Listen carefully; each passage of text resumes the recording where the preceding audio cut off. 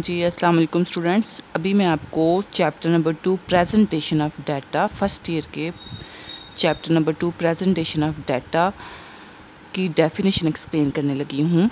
There are 4 ways to present the data. देखें, data को present करने के लिए अब प्रेजेंट है क्या कि डाटा पहले आपने कलेक्ट कर लिया, अब उसको प्रेजेंट तो करना है ना, किसी शक्ल में दूसरे को दिखाना है। तो इसको प्रेजेंट करने के 4 तरीके हैं: क्लासिफिकेशन, टैबुलेशन, ग्राफ या डायग्राम। ठीक है, क्लासिफिकेशन ये इंपॉर्टेंट डेफिनेशन अक्सर पेपर में आ जाती है। The process of arranging the data into different classes or groups is called classification.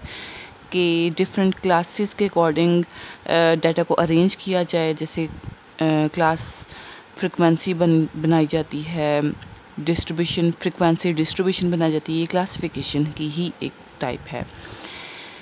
Next, tabulation क्या है? The process of arranging the data in the form of table, then it is called tabulation. ठीक है, कि वो process, data को arrange करने का वो प्रोसेस, टेबल में अरेंज करने का process is called tabulation.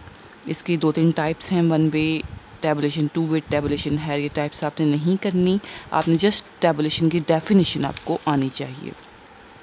Next, उसके बाद नेक्स्ट पेज पे cumulative frequency. Cumulative frequency is the number of observation less than or equals to any value of the variable. ठीक है, कम्युलेटिव फ्रिक्वेंसी हो गई। कम्युलेटिव फ्रिक्वेंसी बेसिकली जमा करने का कहते हैं, इसको CF का नाम दिया जाता है कि फ्रिक्वेंसी का कॉलम मौजूद होता है, उससे हम CF का कॉलम बना लेते हैं जमा कर के फ्रिक्वेंसीज़ को। रिलेटिव फ्रिक्वेंसी बेसिकली होता है कि फ्रिक्वेंसी के कॉलम को टोटल कर लें और फिर हर वैल्यू को ग्रैंड टोटल पे डिवाइड करते जाएँ, उसको हम रिलेटिव फ्रिक्वेंसी कहेंगे। नेक्स्ट, इसकी क्लास बाउंड्री आप कर लें।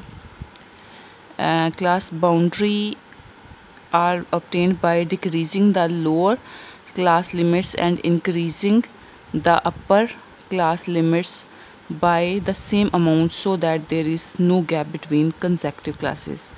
एक बार आप बस रीड कर लें, ऐसा चीज़ को कोई बहुत याद करने की ज़रूरत नहीं है। बाकी टाइप्स ऑफ ग्राफ्स की टाइप्स ये आप नाम इनके याद कर लें: histogram, frequency polygon, frequency curve, cumulative frequency polygon और ओगिव वाली इंपॉर्टेंट डेफिनेशन है हिस्टोग्राम और ये हिस्टोरिग्राम। हिस्टोग्राम किसको कहेंगे? Histogram is a graph of frequency distribution in which adjacent rectangular bars are constructed on the class boundaries. कि क्लास बाउंड्री पे की बेस पे हम कंस्ट्रक्ट करते हैं।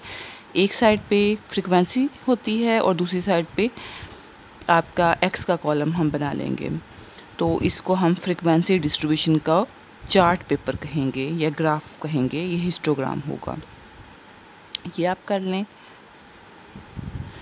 और इसके अलावा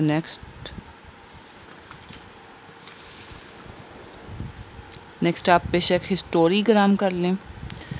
हिस्टोरीग्राम क्या है? The graph of the time series is called historigram. कि टाइम सीरीज़ के ग्राफ को हम हिस्टोरीग्राम कहेंगे। देन पाई चार्ट पे आ जाएं। Pie chart is a circular diagram in which the whole circle represent the total and the components of the total is represented by the sectors of circle. कि आपको पता ही होगा, पाई चार्ट आपने देखी होगी, एक सर्कल बना होता है, उसमें मुख्तलिफ हिस्से वाज़िया होते हैं। तो पाई chart is a circular basically diagram होती है जो कि होल डाटा को रिप्रेजेंट करती है कंपोनेंट्स की फॉर्म में, और इसको हम पाई चार्ट कहेंगे। जी, यहाँ पे हमारे सेकंड चैप्टर की डेफिनेशन ख़त्म हो गई हैं। अल्लाह हाफिज़।